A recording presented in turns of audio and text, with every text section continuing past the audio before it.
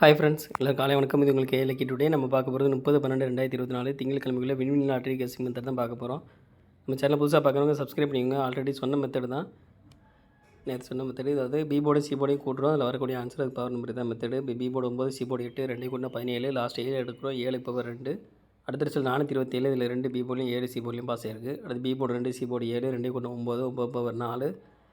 அடுத்த ரிசல்ட் 699. இதில் 9 வந்து பி போர்ட்லையும் சி போர்ட்லையும் வந்திருக்கு. அடுத்து பி போர்டு 9, சி போர்டு 9, 2 கூட்டினா 18, லாஸ்ட் நம்பர் 8 எடுக்கிறோம். 8 பவர் 3. அடுத்த ரிசல்ட் 809. இல்லை 8 வந்து ஏ போர்டில் வந்திருக்கு.